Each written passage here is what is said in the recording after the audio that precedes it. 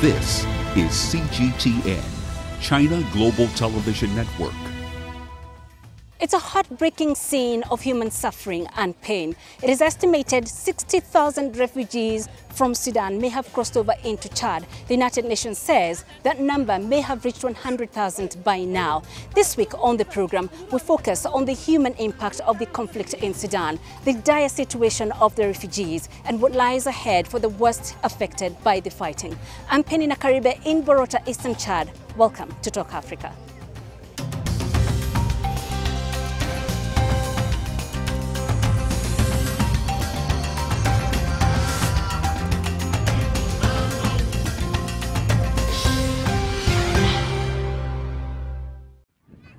For the past few weeks, Borota, one of the main border crossing points, has seen an unprecedented number of Sudanese refugees. Refugees such as Hadija Ali Hassan, who says her village was attacked and completely destroyed. My children and I walked for 3 days to get here. It was a very difficult journey. People were being attacked and blocked from crossing the border. It is a new life they're adjusting to, but a life they're grateful for given the circumstances back home. They know the danger they have left behind. Some of my family members were left behind. I don't know if they're alive or dead. It's only me and my 2 children who made it here.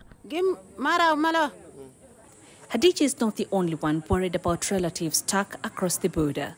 Various refugee representatives who spoke to the UN Assistant Secretary General Rauf Mazou appealed to the refugee agency to help their family members cross over.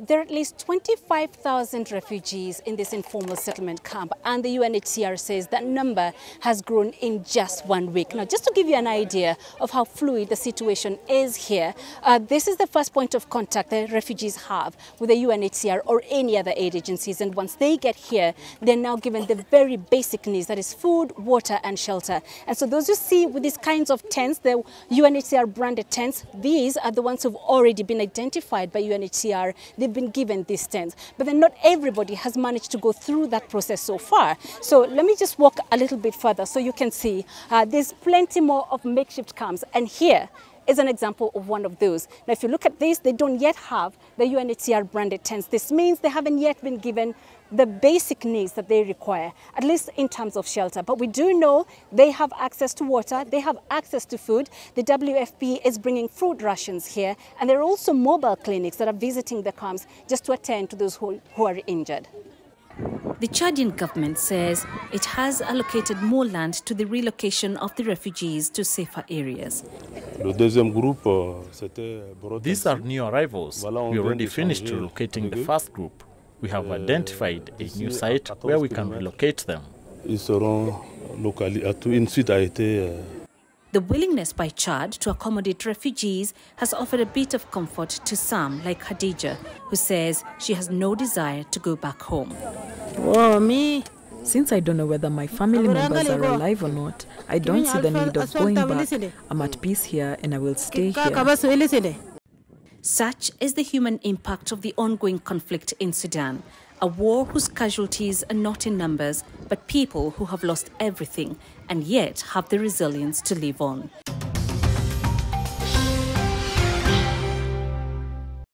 The Borota crossing point has received the largest influx of refugees. The UNHCR says in just 1 week, this informal settlement has received 25,000 Sudanese refugees. Earlier on, I spoke with the UN Assistant Secretary General, who is also the Assistant High Commissioner for Operations with the UNHCR, Rauf Mazou.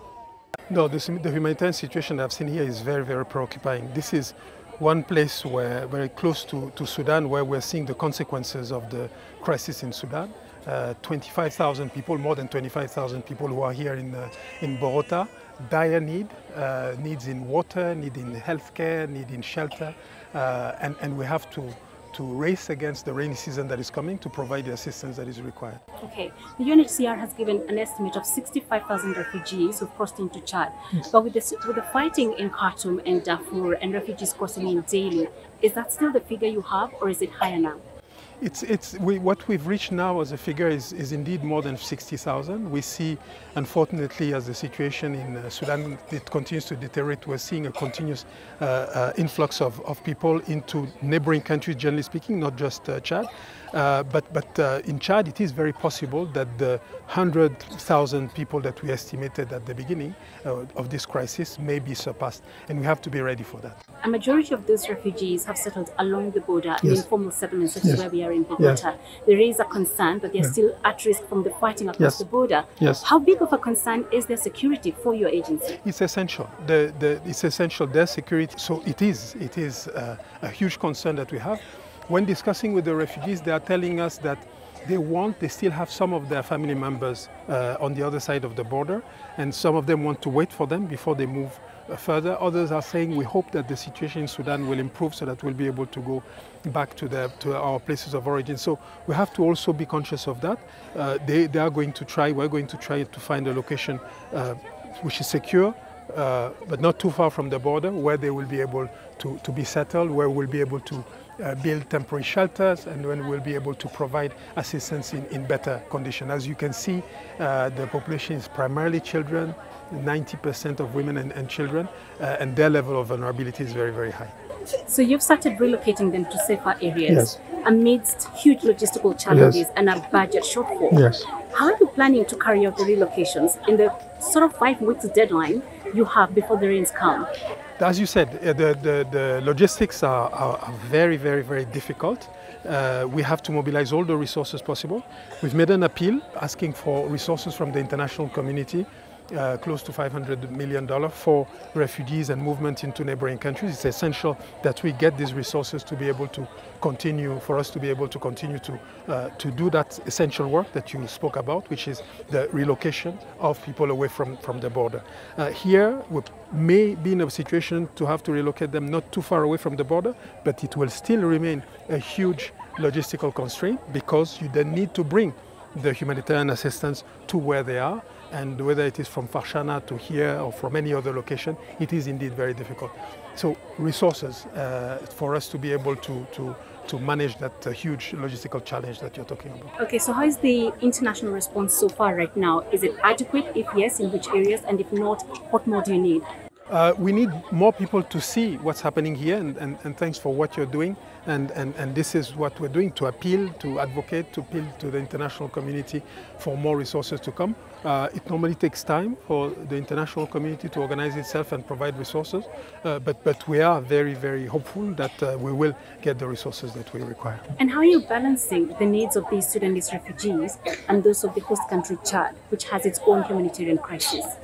It's as you say, it's a difficult balancing act, but what is essential is to make sure that we do not forget the fact that prior to this crisis, Chad was already receiving 600,000 refugees from countries in the region, Central African Republic, Cameroon, and another location. So it's important to remember that and not to reduce the attention. Unfortunately, these programs were already underfunded, so we have to make sure that these programs are funded and that this new crisis that we're talking about is also funded. My final question. The talks in Saudi Arabia are making little progress. How is that impacting your humanitarian efforts here? It will hopefully allow us inside Sudan to have more access to populations, and that may result for some of them to decide to leave the country if they are allowed to do so, and it could also result in some people wanting to go back to their place of origin, or being able to go back to their place of origin. So what we're saying, and the agreement that you're referring to, is essentially an agreement that speaks of humanitarian access, and we consider that this is absolutely essential, and that the parties must protect and the parties must respect the civilian populations. Thank you very much. Thank you.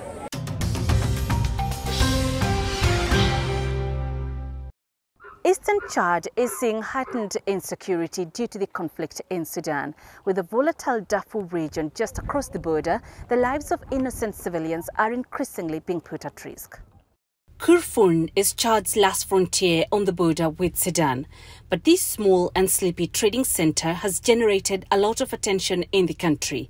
Just last week, a rocket crossed over from Sudan and landed here. There was a lot of fighting. People were fleeing and crossing over to this side. Some of the attackers fired a rocket at the people who were fleeing. Fortunately, it did not explode. It got lodged into the ground. If it had exploded, it would have caused a lot of damage in this town. At the Tendelti border, Sudan is less than a kilometer from here, where you see those many trees. That is actually Tendelti town in Sudan. And where I'm standing now is where that rocket landed. Khartoum town has now become a frontline in a conflict it has nothing to do with. So far, those who have borne the brunt of the spillover from the conflict in Sudan are the most vulnerable. Khartoum is one of the 27 entry points along the Sudan-Chad border for the refugees. The Chadian government says it is doing its best to secure those entry points. Due to the unfortunate incident which happened recently, we have decided to secure the border here in the east. We've taken all necessary measures to ensure security along the border is good. Those assurances, however, have done little to quell the fears of those living in this town. We are very scared. Even though it's quiet across the border, we don't know when it will flare up again and how it will affect us. Yet another example of how the continuing conflict in Sudan is elevating the humanitarian crisis in Chad. Human rights groups say the warring factions in Sudan have shown a reckless disregard for civilians in Western Darfur, the other epicenter of the civil war. The continuing conflict in Sudan has elevated the crisis here in Chad, which prior to this conflict was already hosting at least 400,000 Sudanese refugees with very minimal resources. I'm Penina Karibe in Borota, Eastern Chad. We're taking a short break. When we come back, my colleague Beatrice Marshall in the CGTN studios, Nairobi, will continue.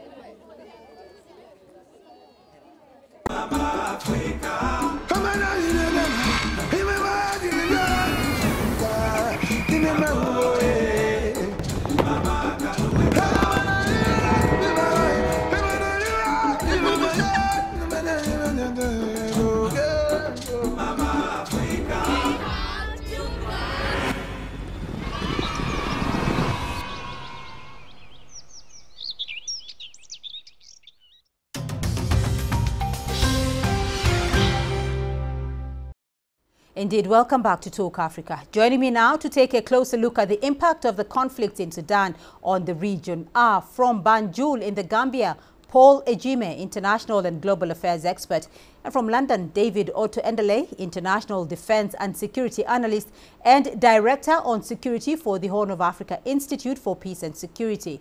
Thank you both for joining me on the program and welcome to Talk Africa today. David, if I may start off with you. Now, hundreds of thousands of people have crossed borders to neighboring countries since the conflict broke out in Sudan. Thousands have fled into Chad. What are the potential spillover effects for Chad of hosting such a large number of refugees from Sudan?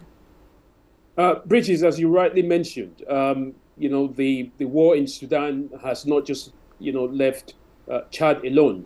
All the other 7 countries that are surrounded or share borders with Sudan, have had a serious impact in terms of the refugees, people fleeing into these countries. But of course, Chad has seen the biggest share. They've got the short end of the stick in terms of the impact.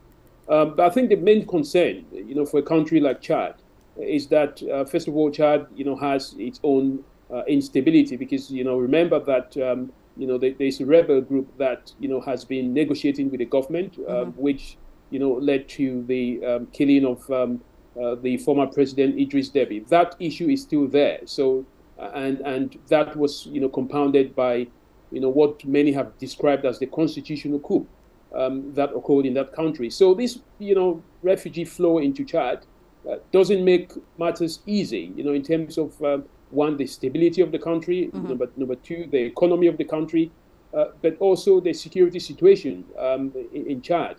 So, Paul, Sudan has 7 land borders. There is Libya, Egypt, Chad, the Central African Republic, South Sudan, Ethiopia, and Eritrea. But thousands have fled into Chad. Why is that, as you're watching from the region? So, people are running for their lives, or their lives, they used to say, and already conditions in these countries, these 7 neighbors, is nothing to. Is it Libya? Is it Central Africa? Is it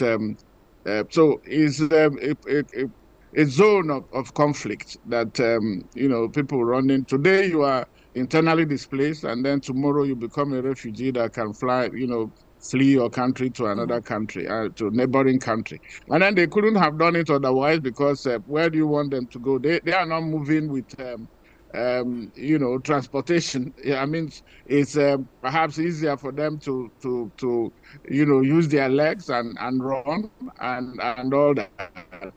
But it speaks to the fact that Africa is not doing much. AU is there, and all the regional economic communities, and even the international community. Here in Sudan, they are talking about, thousands of ceasefire, one ceasefire after another, being breached or, busted. Of course, there are micro and, macro levels, internal crisis, and then the influence of external forces that are also fighting for spheres of influence in because of course, resources is involved, gold, agriculture. So these are the issues, and then coupled with bad governance. So I want to come back to David here just for a moment to find out exactly how Chad is coping with this, because Chad was already playing host to a large refugee population. Can it cope with the additional influx, David? I mean, you do not expect any country that has been, plagued by refugee crisis, to cope. Will Chad survive? Yes, they will survive, but the condition, the basic necessities, shelter, food and medication that refugees will require. So that there are so many states that have, for example, the United States has, sent more humanitarian aid. We do not know if this, if Chad is going to be a beneficiary of that, aid, in terms of this current refugee crisis. But one has to be very clear. No country, will survive or will smile when there are refugees that are coming into its country, especially a country like Chad.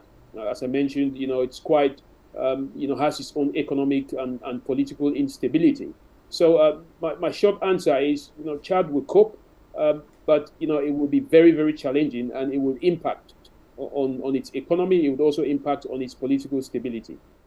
Paul, let's talk about those basic necessities and their lack of resources here for the moment for Chad, because the majority of the refugees that are fleeing to Chad are women and children.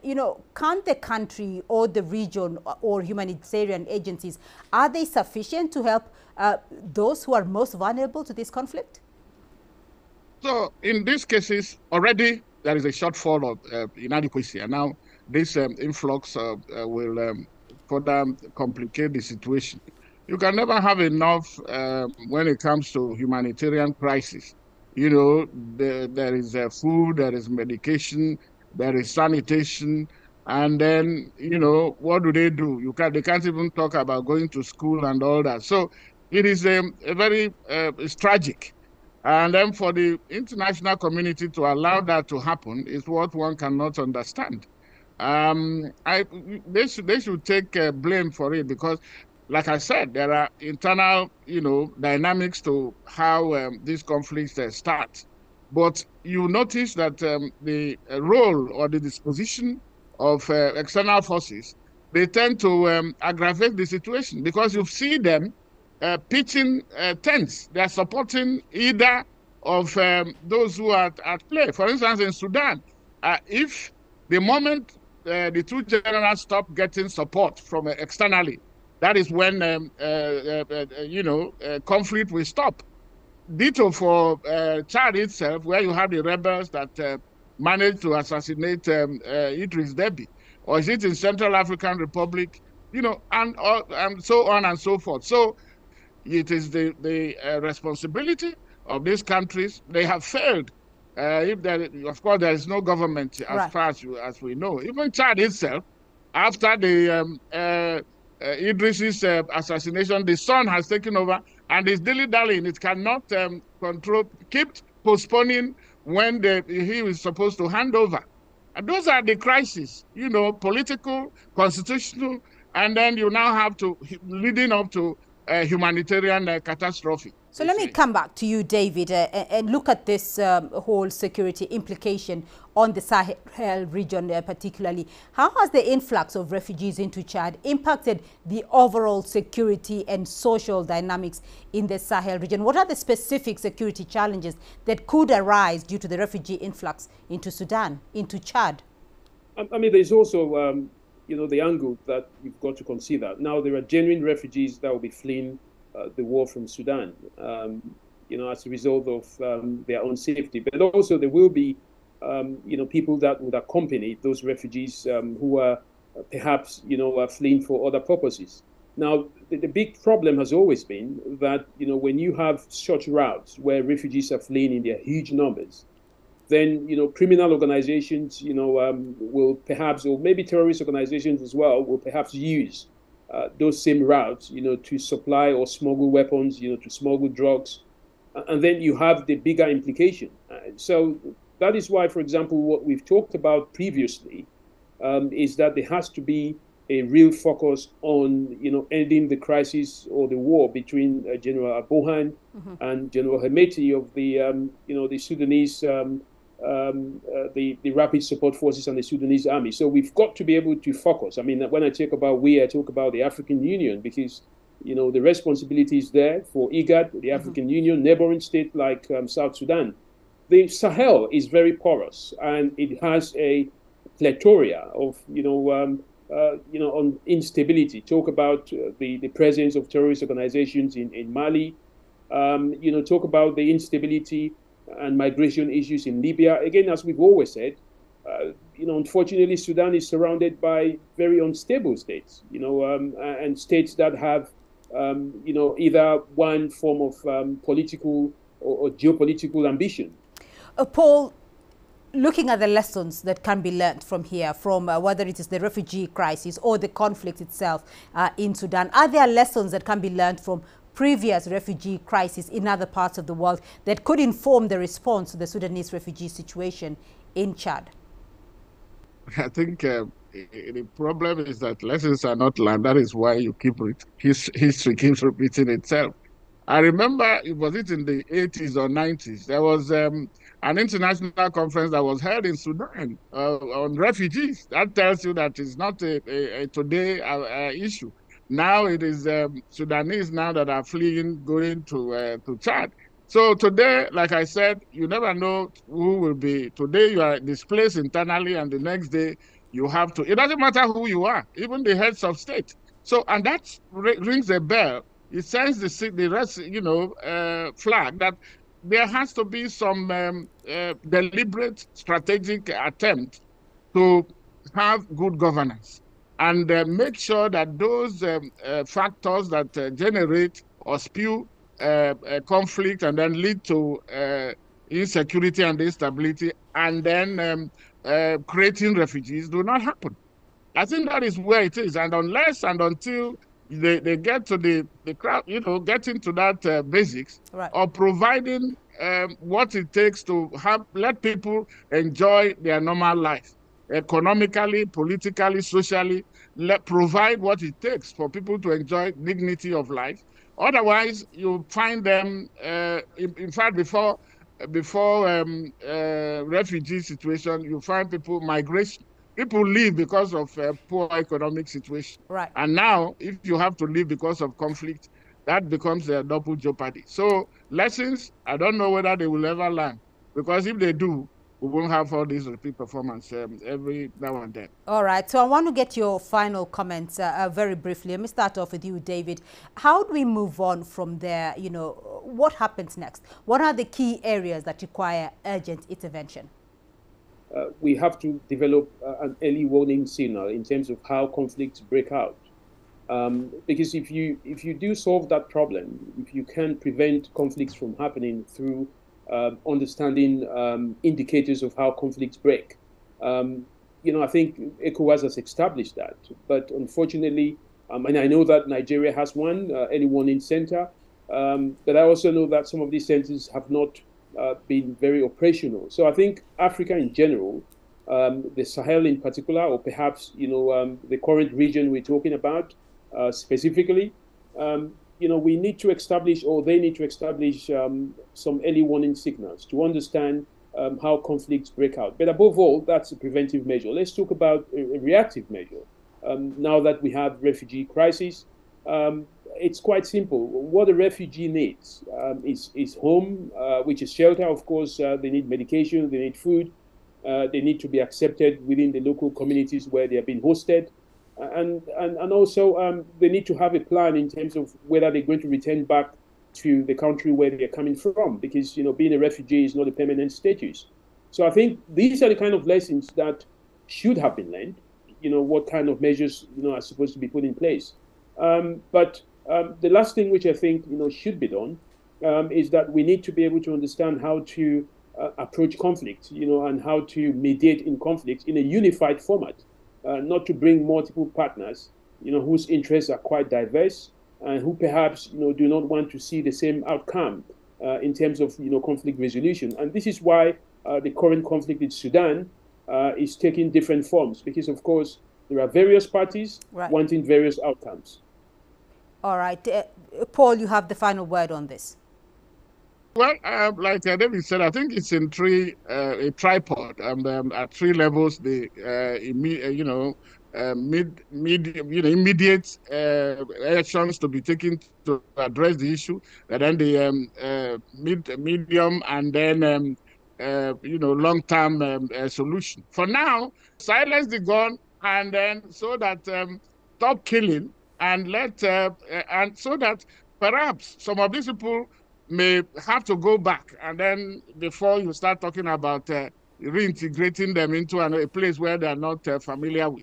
And then from there, you now walk up to where we will now get to preventive and then proactive measures.